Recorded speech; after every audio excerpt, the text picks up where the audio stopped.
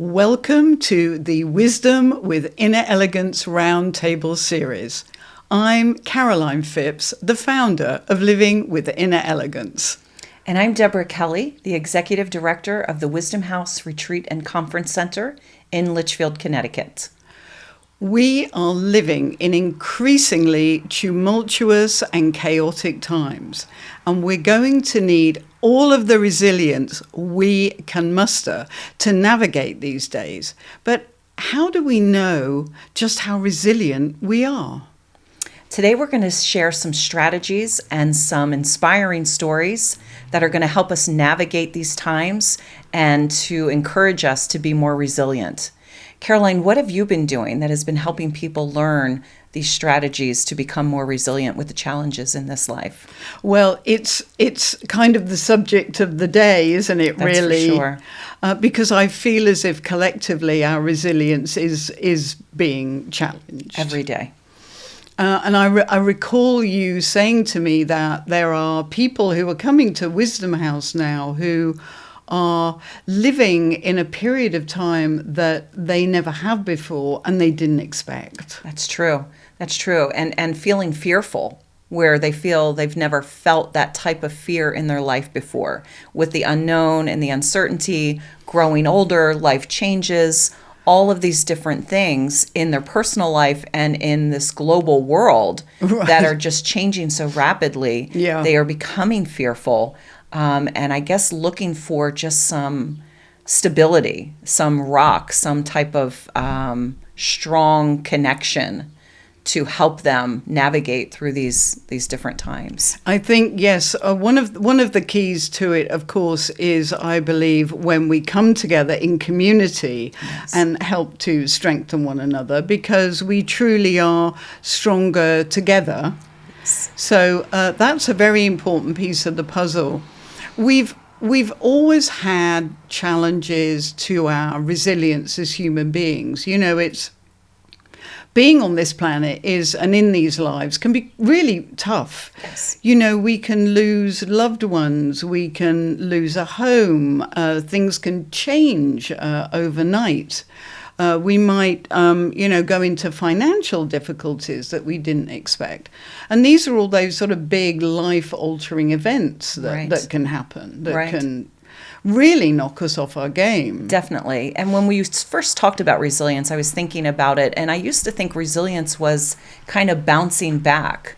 But I think in the world that we live in today, it's more about adapting, growing, even transforming what we used to be to be able to navigate these difficult times, or life in general. Yeah. It's not about, falling down and getting back up again. It's about staying on your feet and adapting to these different circumstances, whether it is a, significant life change, or, growing older, or your job, whatever, moving to a different state. You're learning how to grow in this new environment and adapt to those things and building that resilience. It's interesting, isn't it, that we were sort of told in the past, I think, you pick yourself up and dust yourself off and march down the road, and somehow or another you're going to be back in the game, back in the race. Right. And today the challenge is, I think, because I believe that the bigger issue here is that we're in a spiritual crisis. Definitely. I think this whole idea of going inside and reflecting on who we are, what makes us tick, why do we react as we do. I think a lot of the focus at the moment is for us to be able to have a real reflection on ourselves and what makes us tick. I agree 100%. I think looking, and sometimes we don't think about it, what is our purpose? And reconnecting with that purpose when we go inside, when we reflect, when we take time to think, okay, what is my purpose? What am I doing in this life? And really making that your focus every morning. Whether it's in your job or in your family life, or if you're just out at the grocery store, we all have a purpose. Yes. And it's making sure that we are trying to fulfill that purpose every day in whatever we're doing. I think people have because the information is moving so fast and the changes are so rapid that along with big things that can challenge resilience, there are more, I would say, subtle and at times insidious things that can challenge our resolve. Yes. And I see folks who have an idea that they would love to go and sing in the choir at the church, or they would love to take up some painting, or they really would like to go and help out, children at the school, or any one of a number of things. Maybe write a book or learn an instrument, any of these things. And somebody says to them, "Oh no, that's a crazy idea. Why would you do that?" Yes, and then I think that becomes the roadblock. They stop dreaming, and they start thinking about, what are people going to say if I do that? Yet in their heart, they've always wanted to do that. Yes. And they're waiting for the time when the time is right. I'm going to do this, or I'm going to do that, or I'm going to volunteer and go. And then somebody says something, and that's all it takes. And it shuts them down. Yes. Yeah.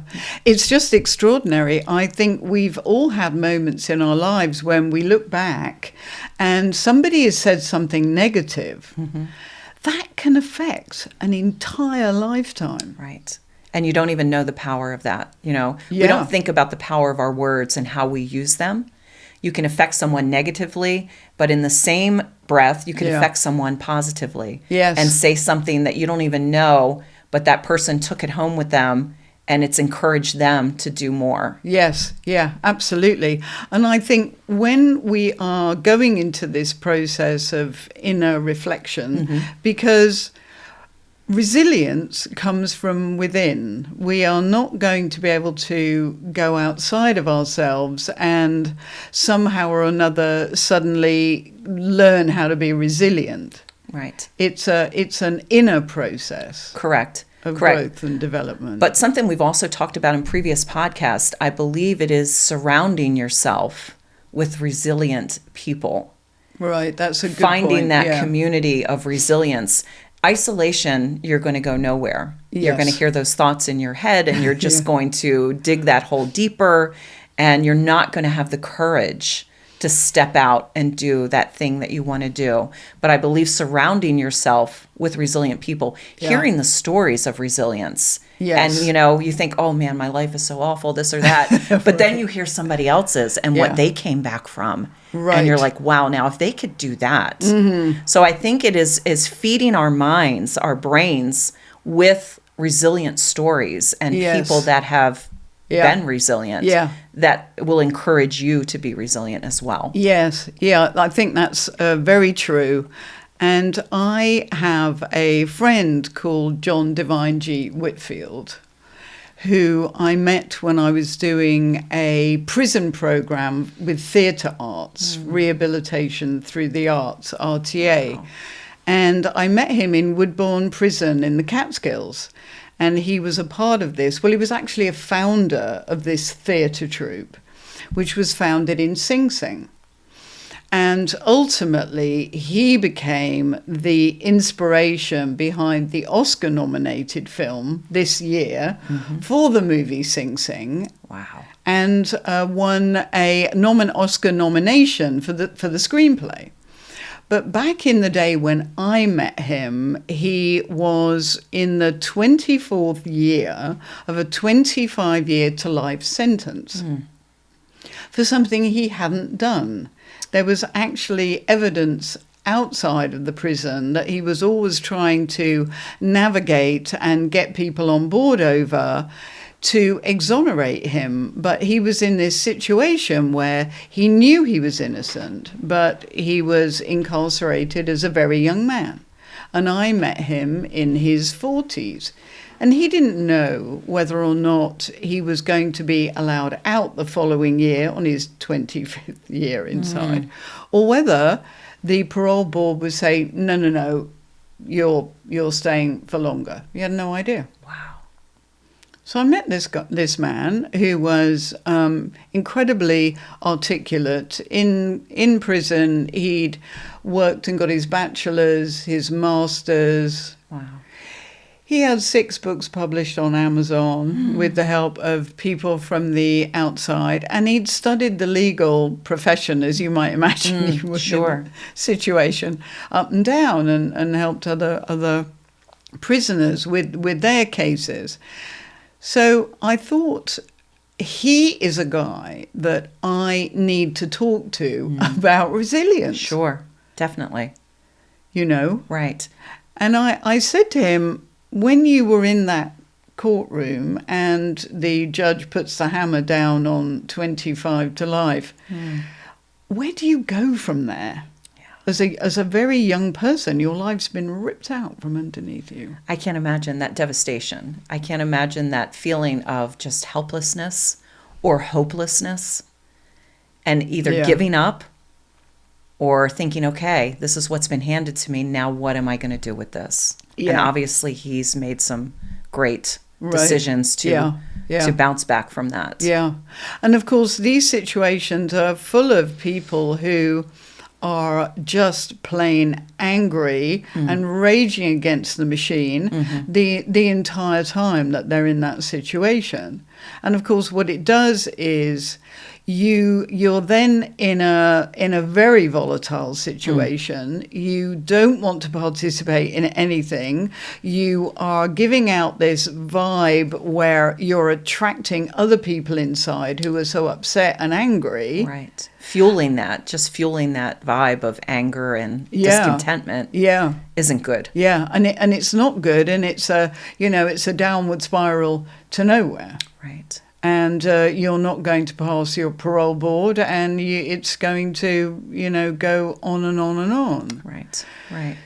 So Divine said some very interesting things. I mean, he used this very powerful word, reflect. I love this word about this description. Instead of saying, well, I'm going to think about what makes me tick. His whole point was, I'm going to reflect. So it's almost like going into some kind of deep contemplation about your inner life and what makes you work. And that can be scary for people. That can be intimidating for some people. They like that surface level stuff, and they don't want to go too deep, because then you are challenged to deal with those inner feelings and really think about your life, think about some difficult things, and what am I going to do at this point now to make a difference? Yes. And what are some of these choices that I've made? Yeah. Because no matter our circumstances, we have a choice every second of every day of the words that we use in our head to ourselves. We can be very, very brutal with ourselves, with our inner voice, the language that we use. Yes. And we can also be very brutal with our language to other people and how it impacts them. Yes. So choice is a big part of resilience too. It's a daily choice. You have to get up every day, and say, okay, I'm not going to listen to that. I'm going to focus on this and try to, from the time you get up to the time you go back to bed, stay focused on that positivity, which isn't easy. Yeah. No, it's not easy at all, because we all have a saboteur voice in our head that's like, yes, but this is horrible. Yeah, you've been treated unfairly. You've been wronged. This isn't right. And clearly he had been treated unfairly and wronged. Right, yes. And yet he chose to get up every day and do something positive. Yeah. Yeah, and it was interesting with that, because, as you say, the voice could have been saying, this isn't right, this is wrong. Of course, you have every right to be furious and angry. Yes. And instead, he flipped that around. Even in a prison cell, you have a choice as to how you adapt to that. Of course. And how you choose to handle that. And he made the choice to have that fuel him in terms of I am not this terrible monster that the system is portraying me as. Right, right.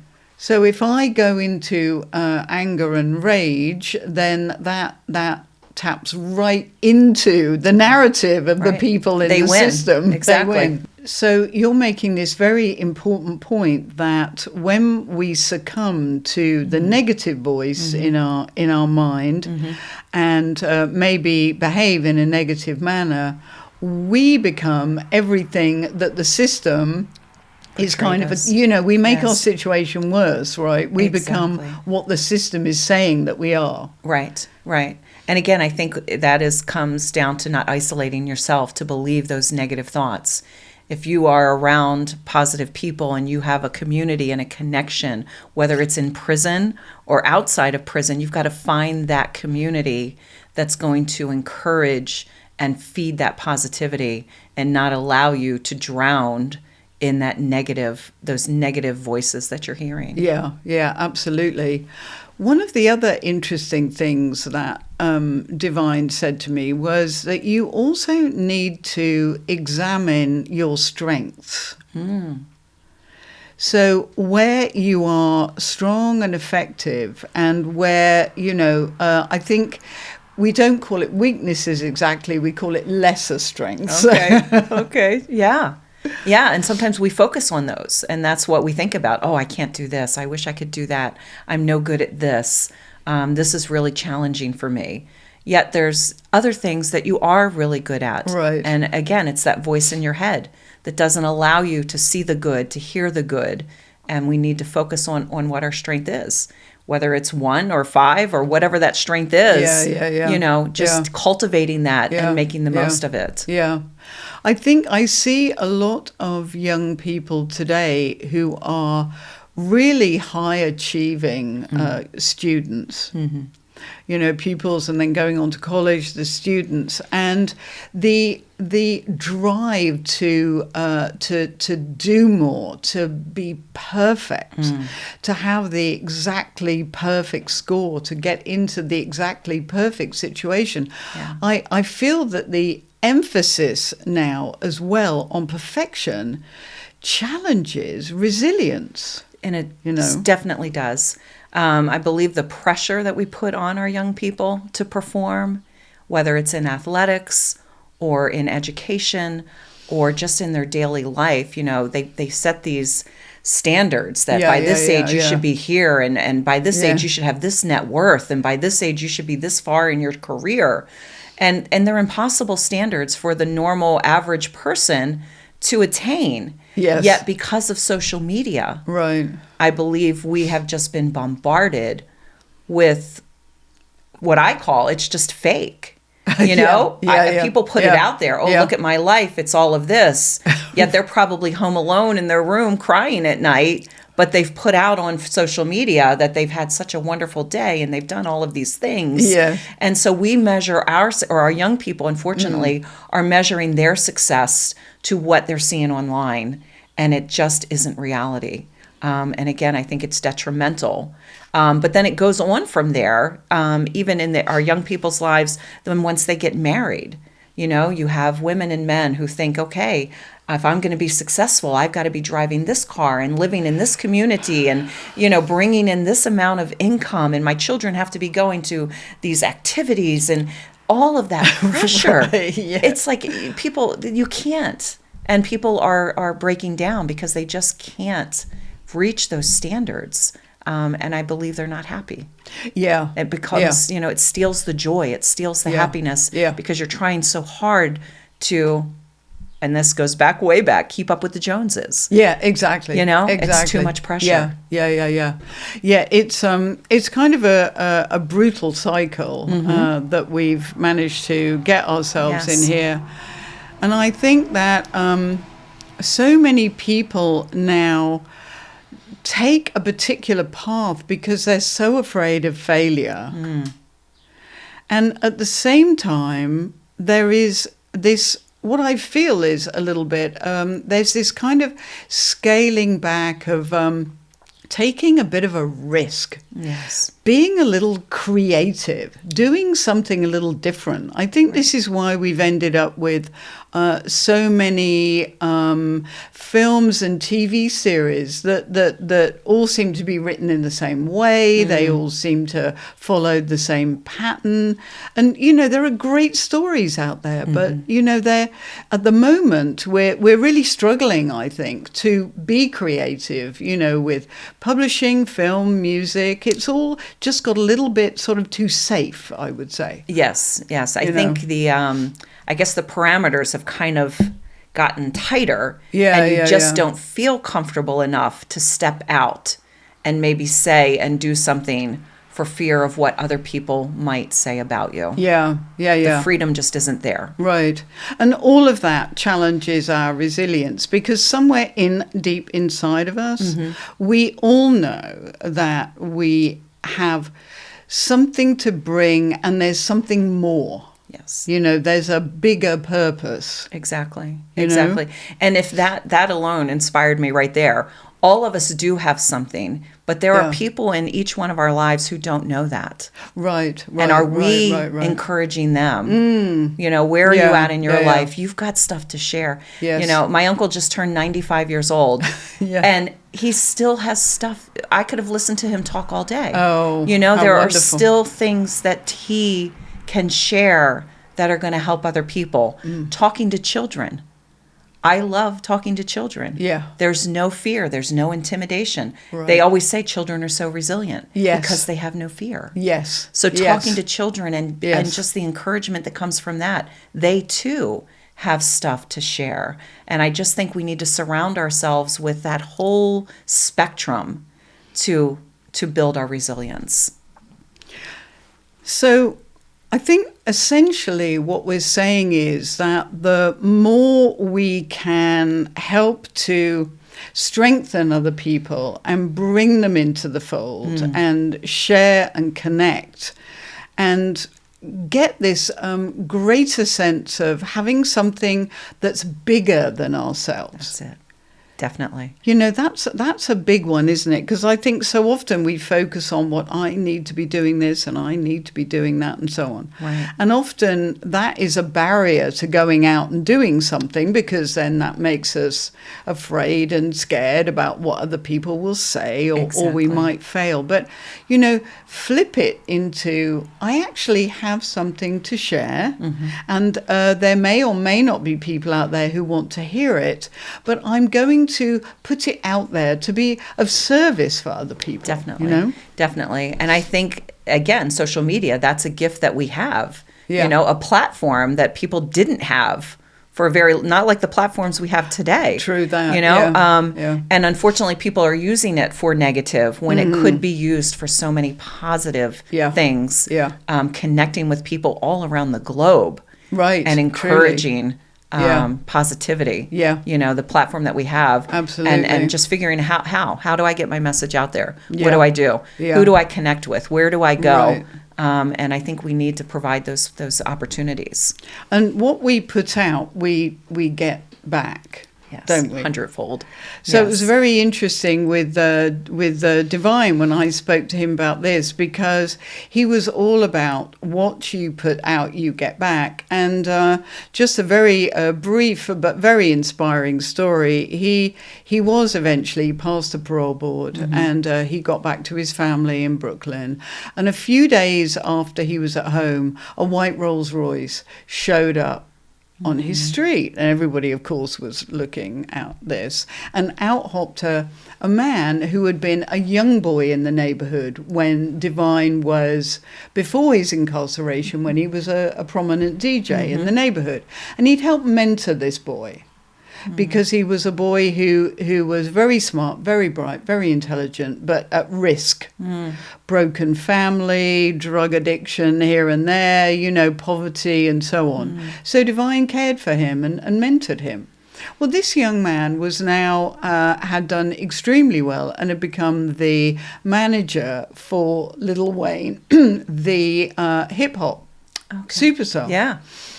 And he had been keeping a close eye on Divine, knew he was wrongfully arrested and was following the story, heard that he came out and arrived on Divine's doorstep and said, "You're out, my brother. Join us on the world tour with the rap star Lil Wayne." Wow. Wow. Because he had put out, when he didn't have to, as a cool teenager with a young boy who had never forgotten. Yeah. Never forgotten. Right, right. And there's such inspiring stories like that. You know, again, as we've spoken about, you don't know the impact that you're going to have. It might not be immediate. It might not be today or next week. But down the road, you know, if you're putting out that positivity, if you're pouring yourself into someone else's life and trying to make a difference, somewhere down the road, the benefits are going to come back.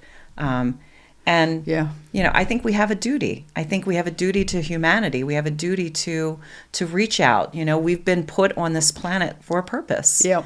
And we've been put in our communities and in our life situations. And I believe people are brought into our lives for certain reasons. And we have to remember what that purpose is, you know, and wake up every morning. It's so easy to get up and just be so caught up in the things that you want to do and the things that you want to accomplish, or having your pity party. Right, that too, sure. And not. Yeah.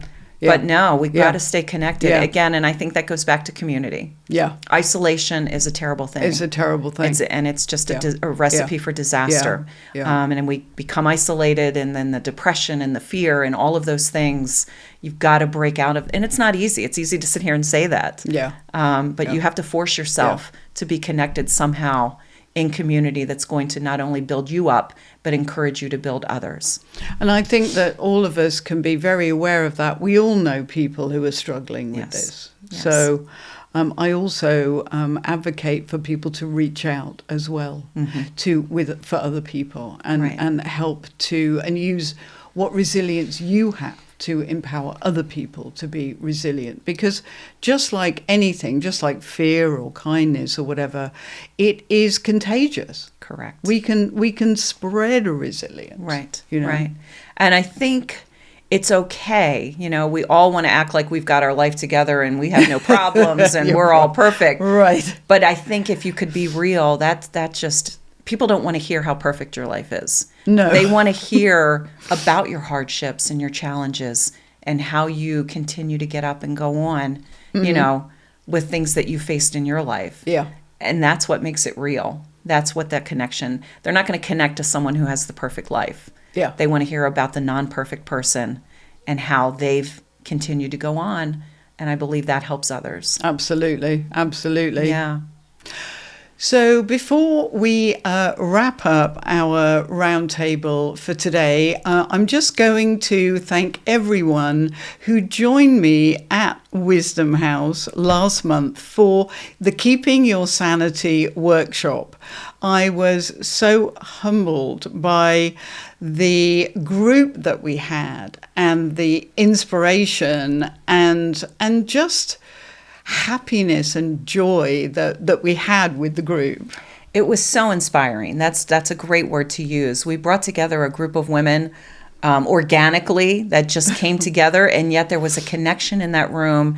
And having Caroline there in person really brought together a feeling of safety, a feeling of non-judgment, and the way she led the group and the discussions that we had that day were just I don't know. It was life inspiring. It was encouraging, and it brought together a desire to come back together again and talk with these women again about keeping our sanity, about what we're doing in this world. So I think we have some plans in the works. We do. If you missed seeing Caroline at Wisdom House, we will be having Caroline back. We'll be coming back to you soon with those exact dates, but we'll be having her back in person. And if you missed it, you certainly don't want to miss it this time. And we will be able to get together again and have another, I don't know if it's going to be part 2 of Keeping Your Sanity. We haven't decided yet how that's going to go, but it's going to be something very encouraging, and you don't want to miss it. I would also encourage people to go to Wisdom House Retreat and Conference Center, because they deliver the best lunch I think I've ever had. And this is a sanctuary. You can walk the labyrinth. You can go to the art gallery. You can sit by the pool in the summer. There are trails. It is a magical place and one of my favorite places on this earth, I would say. Thank you, Caroline. It really is. It's a special place. It has a beautiful history.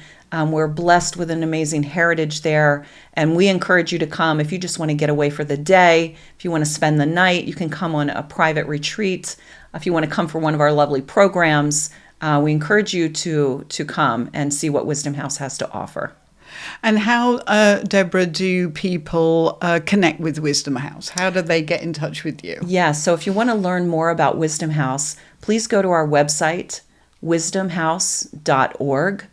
And there you can sign up for our newsletter. You can see our programs and the events that we have coming up. And if you want to reach out to me personally, you can reach me at deborah@wisdomhouse.org, and I'll answer any questions that you have. And we hope to see you there.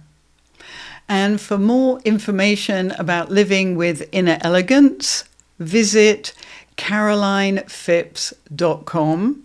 We have podcasts, and we have articles, and we have videos, and all sorts of great tools to help you lead a life with more inner elegance and peace and connectivity.